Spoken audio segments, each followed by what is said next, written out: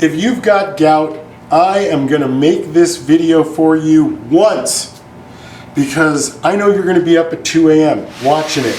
And sometimes you just can't go back to sleep. So I'm going to show you something about making juice for gout, and you and I can hang out while you don't know what to do about your foot. This is celery. You got to chop that bottom off, and this is the most dirty stuff you're going to have to cook with, right? Some sort of chard, that's part of the juice. Right? But you don't really have to trim this because anything that fits in the hole, you can just sort of drop it in there as you're going, so you don't have to worry too much about that. The apples, we're going to have to clean up a little bit. Even though you can put the entire thing in there, I don't, because I don't want the seeds or whatever else that is. Apples I chop up into a couple of pieces like this. You can drop them in the hole, but you're also going to end up just putting them, lifting up the lid. You'll see when we make the juice. Man, I remember how bad gout was. I remember just being up and you read the information online and they're telling you, oh, heat's bad because it's going to vasodilate you. Oh, they're going to tell you that cold's bad, or heat's good, or cold's good. I'm telling you, nothing seemed to make it worse. When I had like a flare-up, heat didn't make it worse, the cold didn't make it worse. Sometimes it felt like the cold made it hurt less. But for the most part, there wasn't anything when I was having a gout flare-up. Peppers, there's a trick to these, and that is you cut them from the bottom and you trim them off. And usually if you're going to cook with these things, you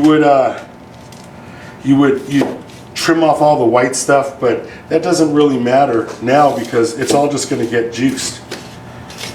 And if you're like me, you're probably doing your research on juicers too, right?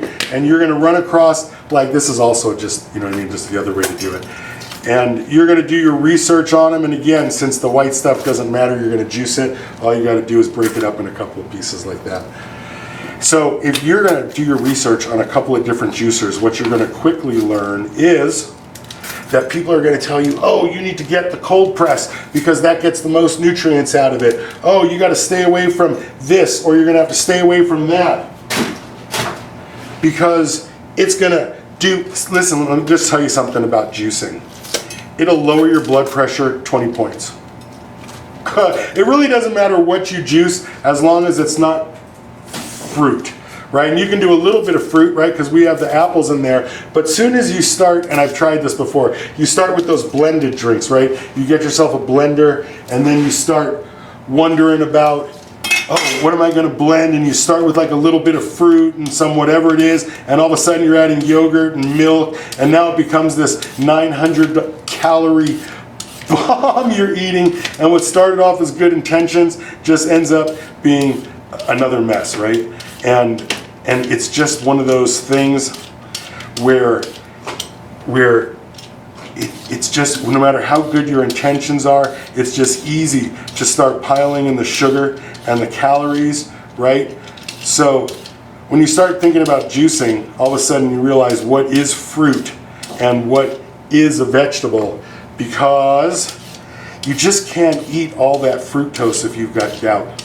You'll see that in the research that you're going to be doing, like in the middle of the night when you're up in gout pain and you can't get your head to stop thinking about what am I going to do, how am I going to get to work tomorrow in the morning,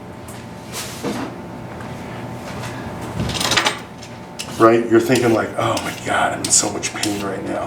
I totally get it. I would go outside to the pool at like 2 in the morning because it was super cold outside, and I'd put my foot in cold, cool water. It was absolutely crazy how much pain I was in. And so they talk about like gout flare-ups, and like one of the problems that you can run into is if you keep getting gout is kidney stones. Like that sucks, right? Like your foot and your kidney. Come on now. It's just too much. And they're going to tell you all sorts of stuff that you can and can't eat. But the reality is, none of that matters. All you got to do is check your blood levels, uric acid blood levels, and that's all you really got to know, because it'll tell you what you can and can't eat. Because 4 hours after you eat, uric acid levels start to rise. And then 12 hours after you eat, they peak. That's why you wake up at 2 a.m. in gout pain, because that's 12 hours after lunch plus like 8-10 hours after dinner. So you've got 2 meals potentially that triggered your gout, right? You got 2 meals potentially that could be triggering your gout, and that's about 2 a.m. Plus cortisol levels drop in your bloodstream and you vasodilate, and that just means that your vasculature is more permeable, so you can leak more uric acid into your ankles as it's being circulated throughout your body, and that's why you get those higher levels. They build at night. That's why you wake up at like 2 a.m. in gout pain. There's always a couple things you need when you do this. You're going to need a bigger bucket for juice. The one that comes with it always seems so insufficient. I've got something to catch the rind in, whatever comes out dried in, and this water bottle, you know what I mean, just like a little ½ liter with a hole drilled in the top, so I can squirt a little bit of water into it, and that way it gets a little more juice. But that's what we're going to do right now. We're going to check this out. All right, it's ready to go. So here's the thing. We're going to start with, there's like a little bit of an order to it. So you got to be careful that you don't knock stuff over, but I'm going to start with green stuff. Nice and easy, and we'll chase it with a cucumber. It makes it easy to push down. It's kind of juicy. Just turn it on, and it's slow. This juicer is slow compared to the other one, but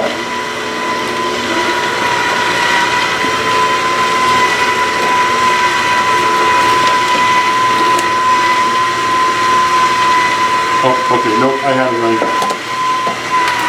Okay. This juicer is pretty good about keeping all of the extract dry.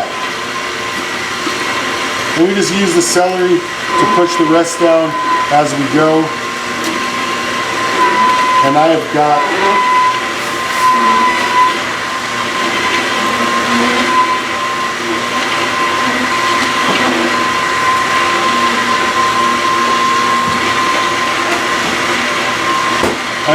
more product to make because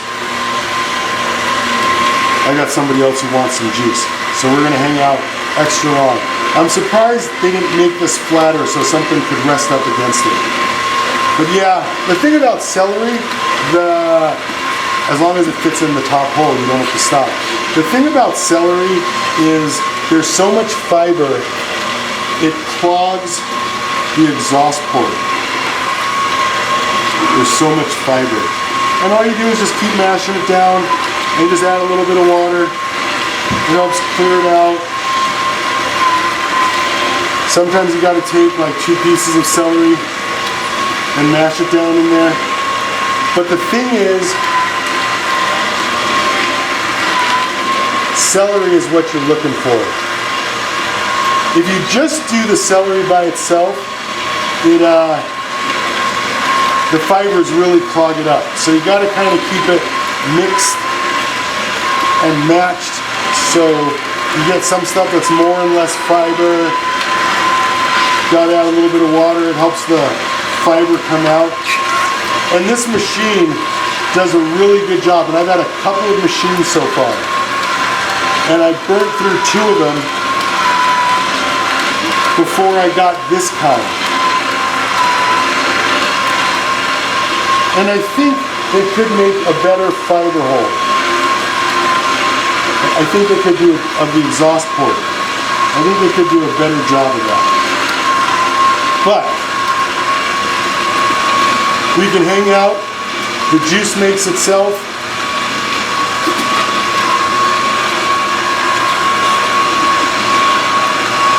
We just keep poking it down.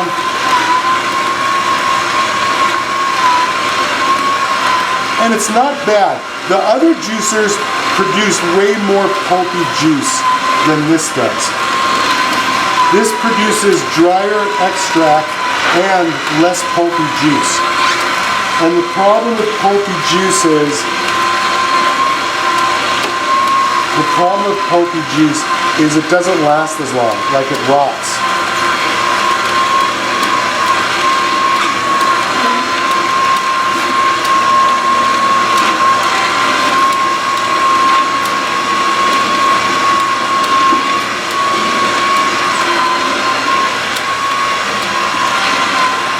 Yeah, just drop it right in there. This one's 150 bucks on Amazon, but if you got like an Oster, and this is the cold press, it's a screw that just mashes it, it masticates it against the screen, versus that high-speed spinning screen, which also works very well. And one of them I had lasted years. The next one lasted 4 months. I didn't like that one anyway. It had, the whole thing about juicers is the size of the stuff you can put in there.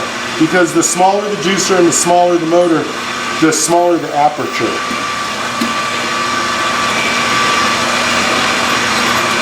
And the smaller the aperture, the more slicing and dicing you have to do.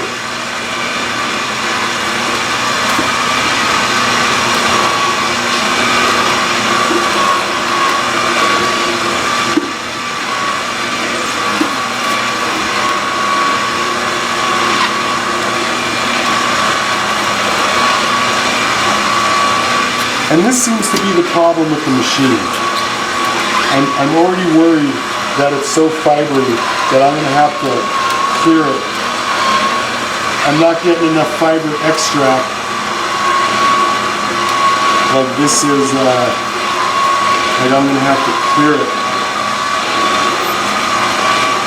And you got to get in there, and you got to. But it still seems to be the best overall juicer in the land.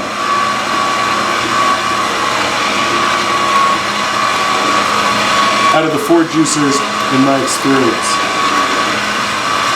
Listen, you need to get some peas out of the freezer and put them on your foot. That'll help a lot.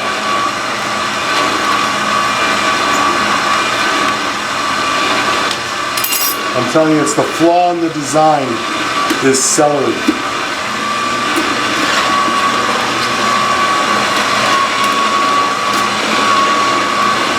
The flaw in the design is celery.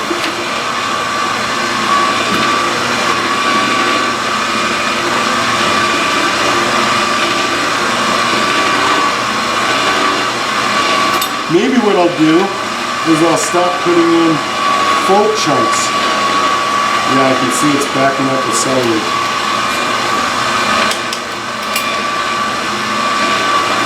And the mash is pretty dry. And you're never going to get all of it out. If you add water, it's going to be a little bit wetter. But the mash is pretty dry. So this also has a reverse. So it sort of loosens it up. So let's see what it takes. Because this one is still new to me. I've used it a couple of times, but let's see what it takes to get it.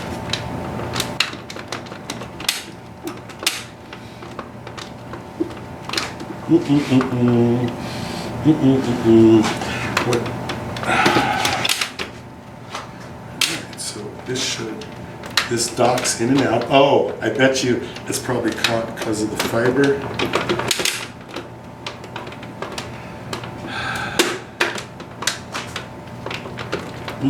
There we go. See, this is pretty clean up top here. With the other ones, it gets a little, it's just not like that. All right, let's see. Okay, so this comes out with the screw.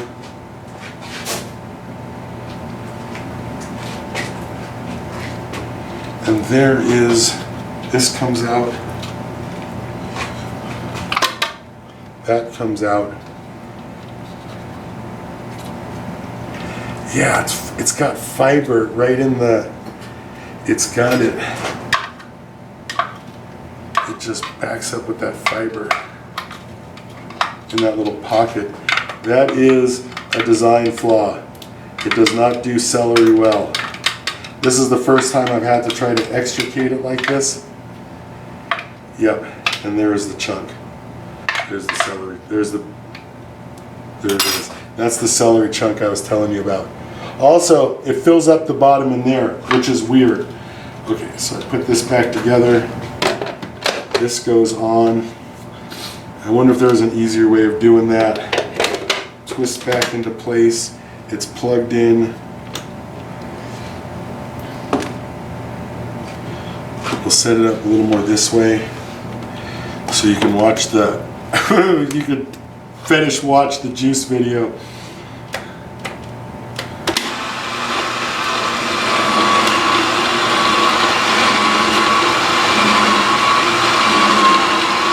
Sounds good.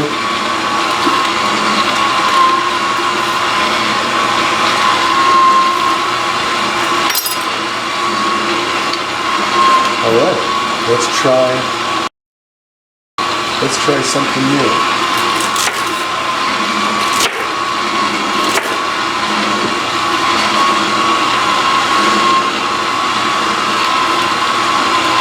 Oh, of course, because I'm putting shorter strands in there. Of course. Duh.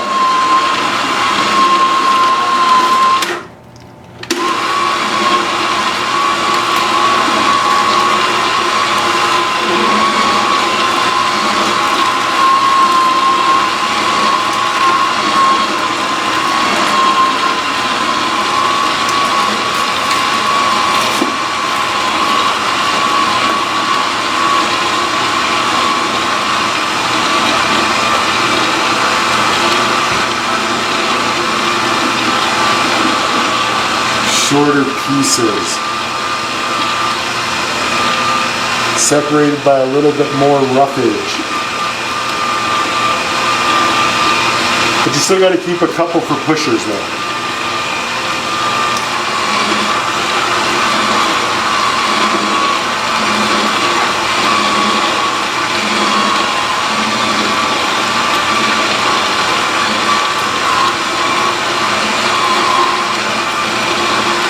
Feeling better about the solution already.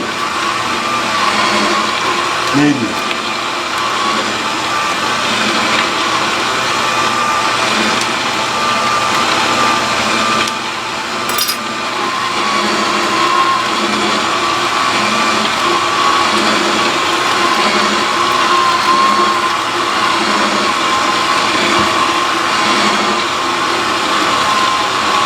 And that's it.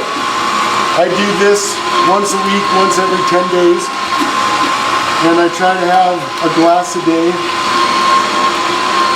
I know how hard it is with relentless gout. I mean, I went to doctors, and I looked online, and I don't think once I ever saw checked blood levels. Yeah, that is much better.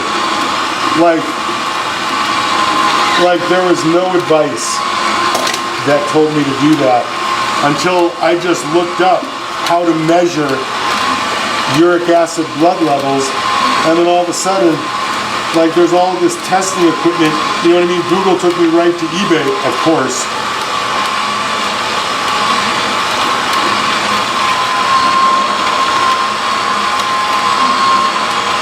Oh, that's too bad. I wonder if I can drill that hole bigger.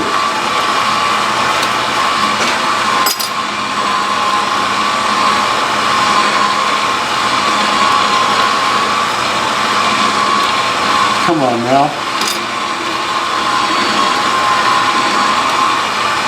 That's pretty good. It's pretty dry too.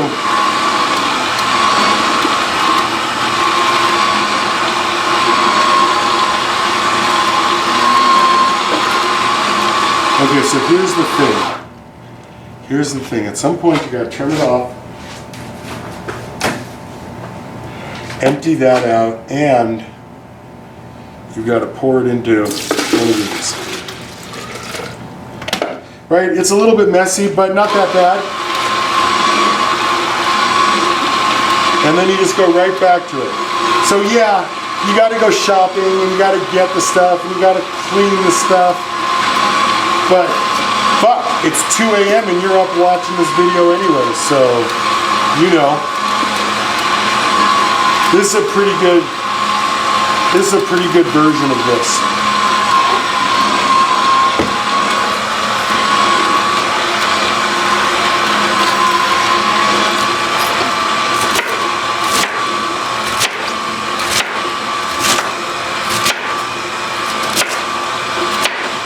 I cut it even smaller this time.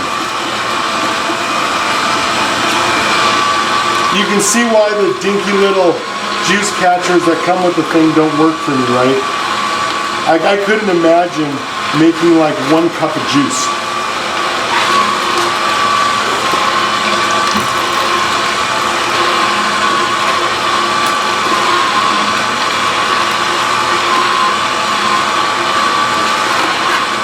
You still have to clean this thing and it's just too much cleaning.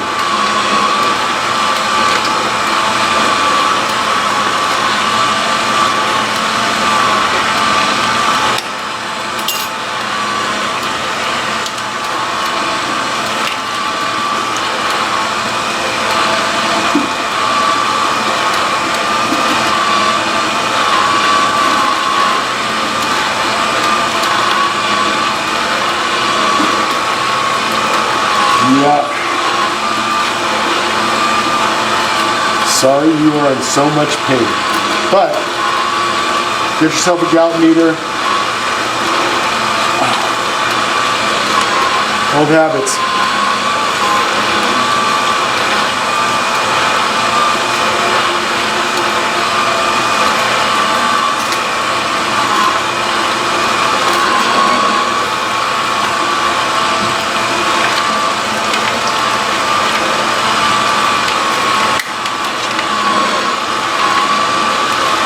Oh yeah, I'm getting better at it.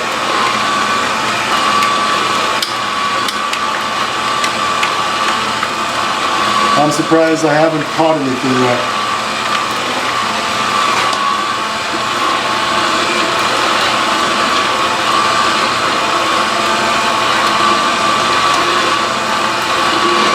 Hey,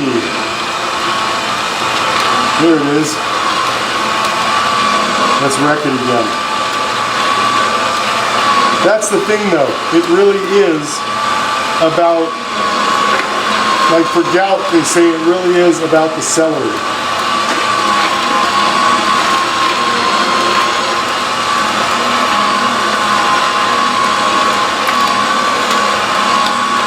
Hey, it looks like shorter may be the thing.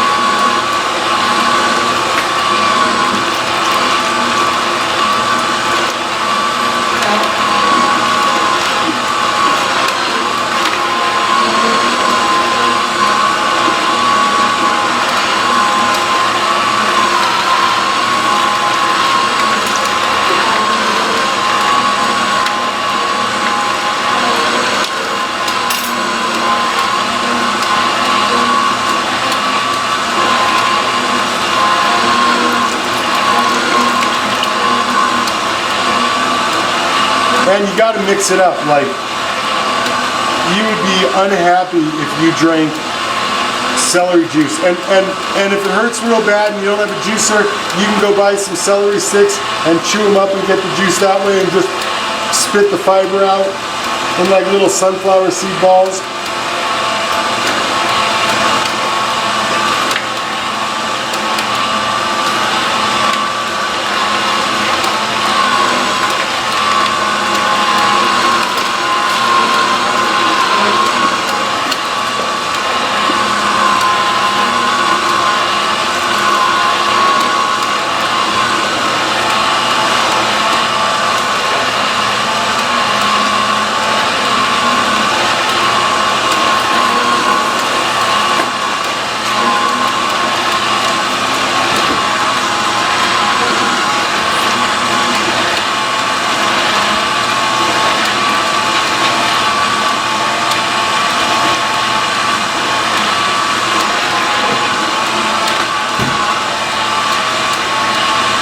little Brita water.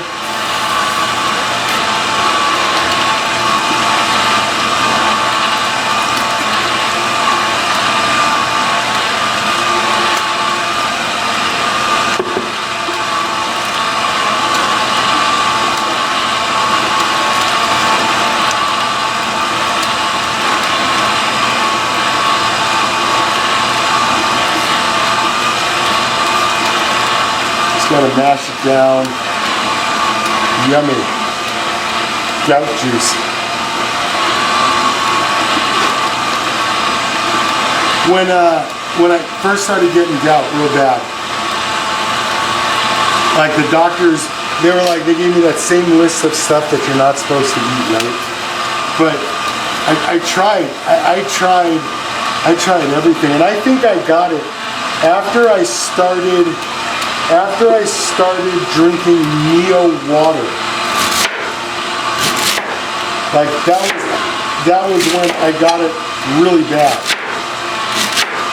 And I stopped drinking Neo, and I saw someone online said the same thing too. So I'm excited for the class action lawsuit, but until then, I did it even smaller. I chopped them up even smaller this time. But until then, you know what I mean? I got to deal with it. And so I didn't know what I could and couldn't eat. So now I'm almost like completely a vegetarian, and it's not sustainable, right? So I was like trying different foods, and I was watching all the videos because this has been going on for months and months. And I couldn't isolate, like, was it one food? Was it all foods? I really never would eat mackerel anyway, so it's not mackerel. Like, it's all these things I'm sure that, you know, and that on their list that it's not. And until I got that gout meter and I started testing every 4 hours right throughout the day, that I finally figure out turns out I wasn't eating mackerel. Turns out that it's corn.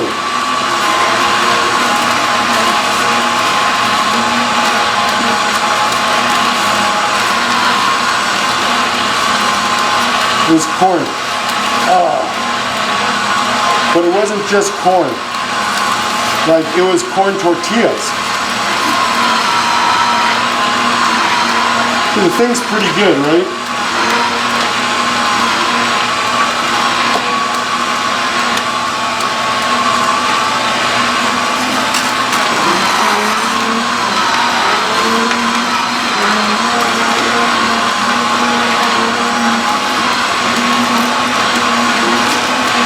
And so it turns out it was corn tortillas, and it's stuff like pepperoni.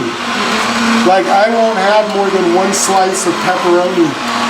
Right, I'll pick the pepperoni off, I'll eat the cheese pizza, but I won't do more than one slice of pepperoni anymore because that's a trigger. I can have a little bit of sausage, but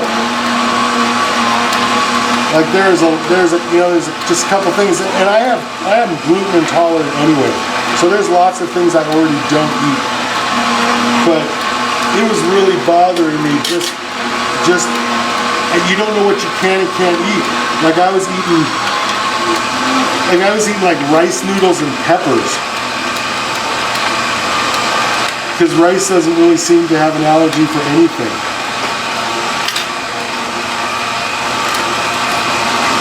Like rice noodles and peppers. So, boy, it's still running green.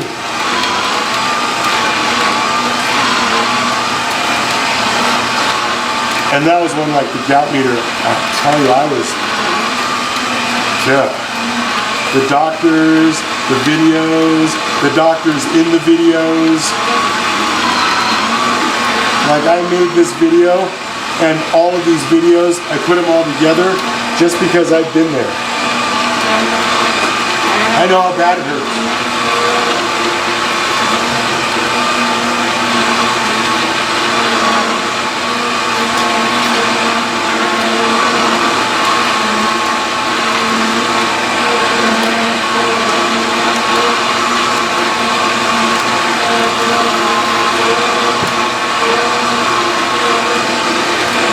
run it backward for a sec.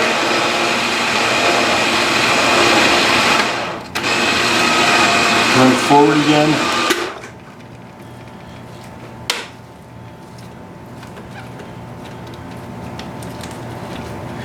Yeah, it doesn't do a really good job of clearing the chamber. They got a, you know what I mean? They got like a push down tool for that.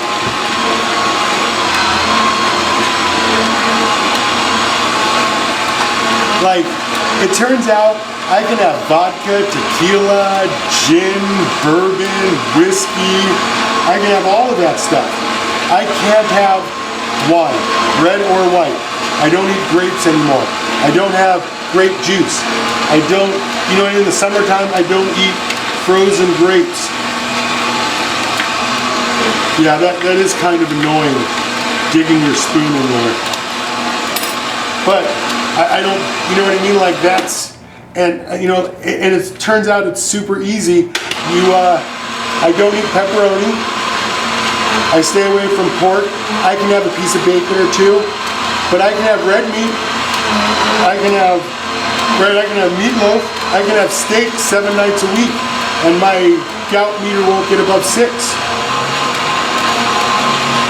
And that's really what it's about, is that gout meter, right? Because once you know your gout level, your pain level, once you know, right, you can start figuring out what foods trigger that increase in uric acid. And that was everything for me.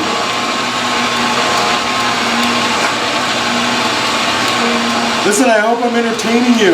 I didn't have anything to watch except more videos about the same shit when I was doing gout.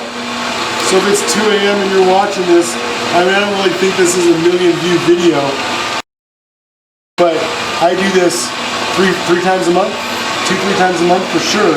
So, you know, welcome to the world of gout.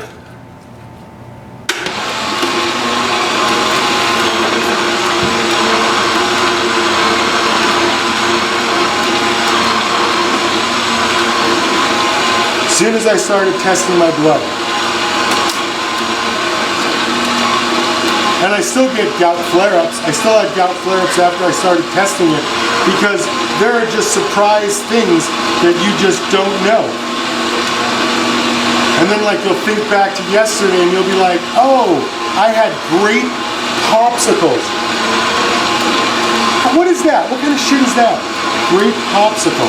That's how bad it was. What kind of nonsense is that? Grape popsicles.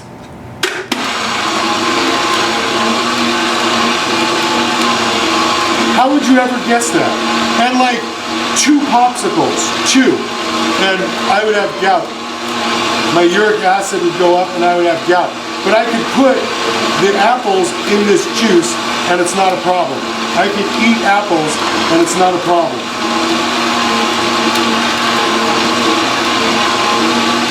Besides, as soon as you start eating gout foods, you lose weight.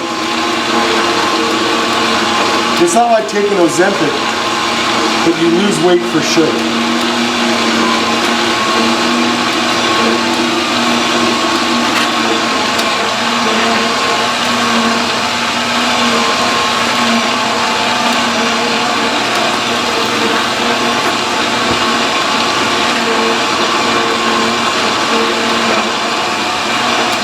Man.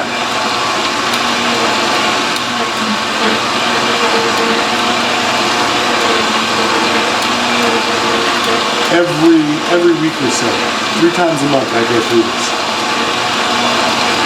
But I've lost weight, I'm in less pain. That is going to be too much to pull. But it's still coming out.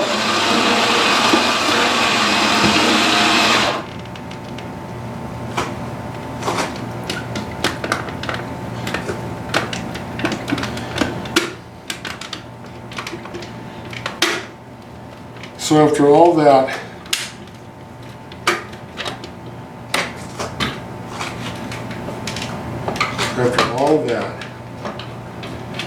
this is what's sort of like left in the bottom of this thing, and a little bit more in the bottom of this.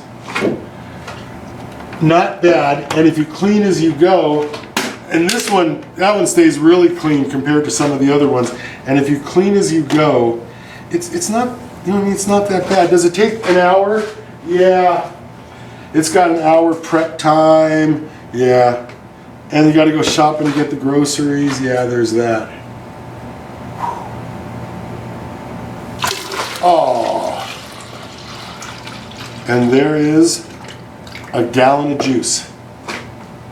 Oh man, it's always fucking something.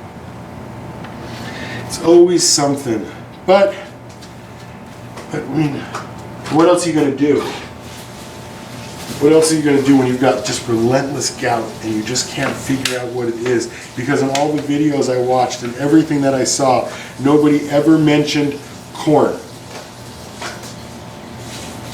And how realistic is it? Can you hear my feet sticking?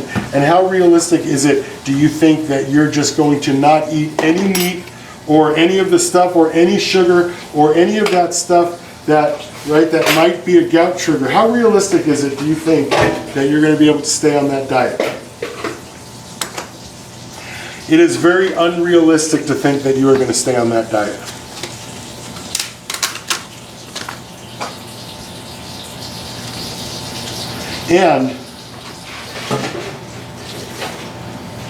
And if you let this sit a minute, the pulp will sink to the bottom, and you can strain it one more time. You can pour it out one more time.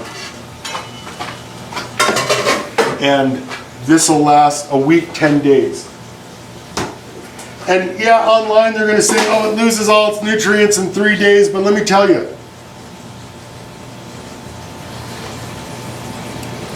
it is so much better for you than anything else that you're going to be drinking, right? Like, it's got to be better than diet soda, even though diet soda doesn't have sugar in it. And it's going to lower your systolic blood pressure by 20 points. 20 points. So, I'm just saying, there's lots of good stuff to be said about juice.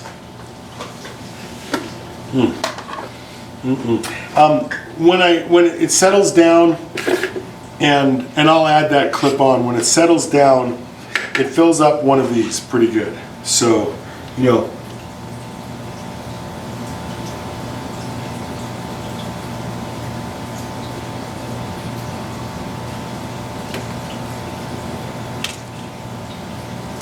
yummy! Oh. Sometimes you get cow burps from the green, right? But, and you can do like red cabbage and you can sub other stuff in there. It runs about 20 bucks for this much. It lasts 7 to 10 days in the fridge.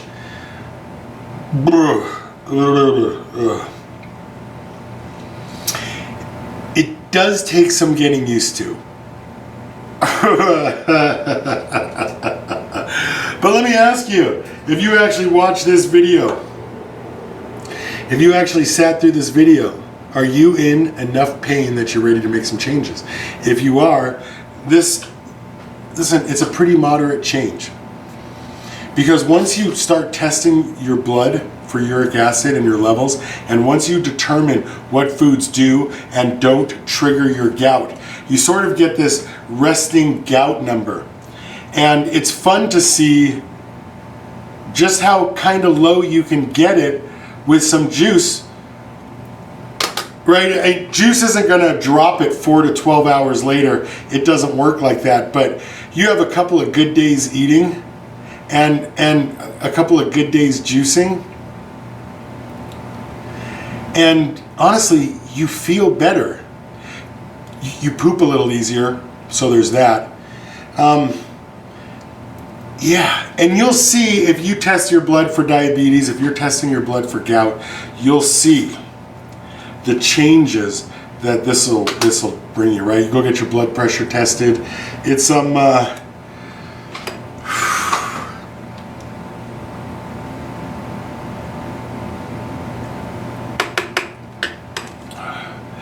it's very green, and I could probably put 2 more apples in it. But again, you can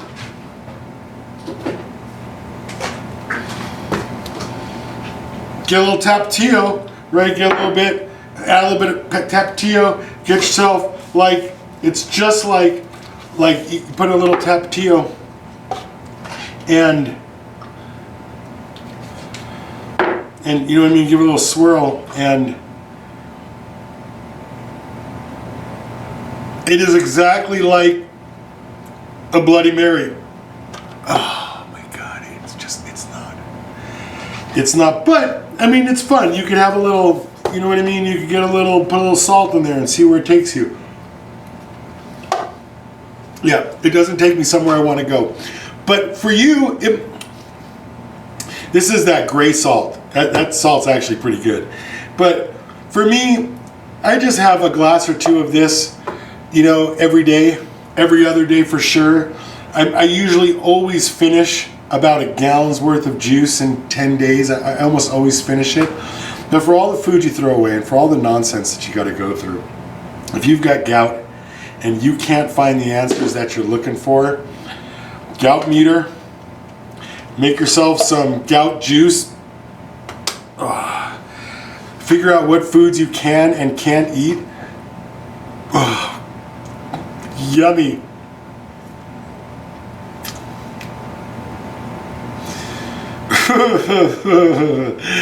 But even then, like, I have been mostly gout free for 6, maybe 8 months now. It turns out that I can't have grape popsicles. So there was a couple days, a couple weeks ago. But for the most part, it wasn't as bad as it usually is. I was able to catch it. You know, I went and tested my blood. I thought back to what I ate. I still have some juice. So yeah, it's just one of those things that you're going to have to live with it. Especially if you've got relentless gout, recurring gout, right? Like if you can't control it and you can't figure out what it is, you're on your way to kidney stones. Woo! I'm a paramedic nurse. I have taken that to the hospital. You don't need that problem. So, of all the videos I've watched, of all the research I've done, of all the medicines that I've tried, of all the cherry tart, right, celery root, well, all the nonsense I tried, there wasn't anything that did it that told me what was triggering the increase in uric acid, like this meter and that juice. Those are the 2 things that you just absolutely have to do. And even when you get it under control, you're still going to have to maintain just a little bit of juice. You'll be thankful for it.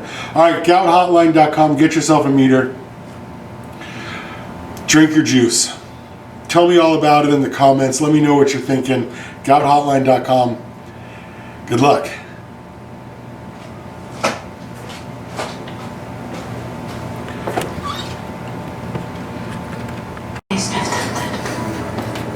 Perhaps the assessment would take...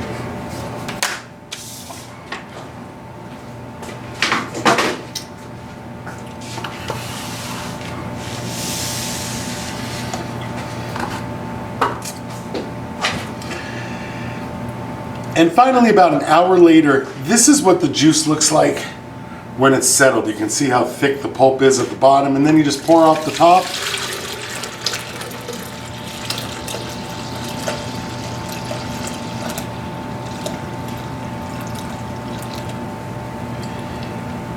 And there it is. That's about a gallon of juice. And if you pour really slow, you can get a little bit more. There's still some pulp coming through, but there's still juice. If you're real slow and careful, yeah. And then you just put a little bit in the pitcher to go. You just drink it like that, just on the daily. Just keep a little pitcher with a straw in it. Keep this capped off so it doesn't start, I don't know, so the oxygen doesn't start the fermenting or whatever it is, and it lasts longer like this. Put a little bit in there and just take a couple sips of it every time you go into the fridge. That will help keep the gout away for you.